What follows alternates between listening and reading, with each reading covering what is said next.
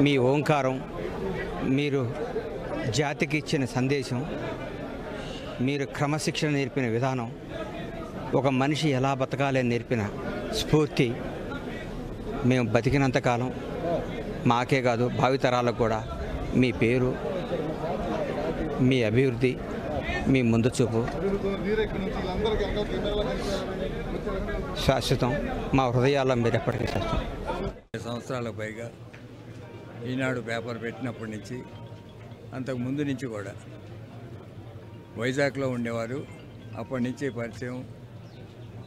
ఈ స్టూడియో కట్టే నిర్మాణంలో కానీ అనేక విషయాలు ఎప్పుడు ఓపెన్గా చర్చించుకునేవారు.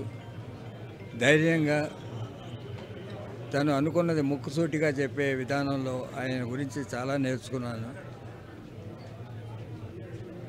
వారు మనందరి మధ్యలో లేకపోవటం చాలా బాధాకరం.